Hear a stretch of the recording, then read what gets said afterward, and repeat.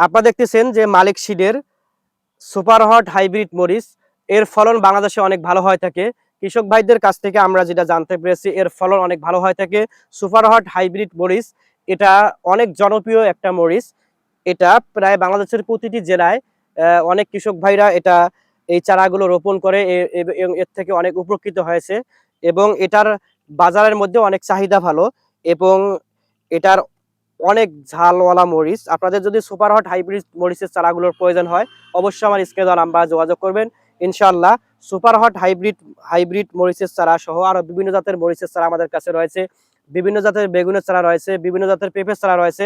আপনাদের প্রয়োজন হলে অবশ্যই আমার স্ক্রিনে দেওয়া নাম্বারে যোগাযোগ করবেন।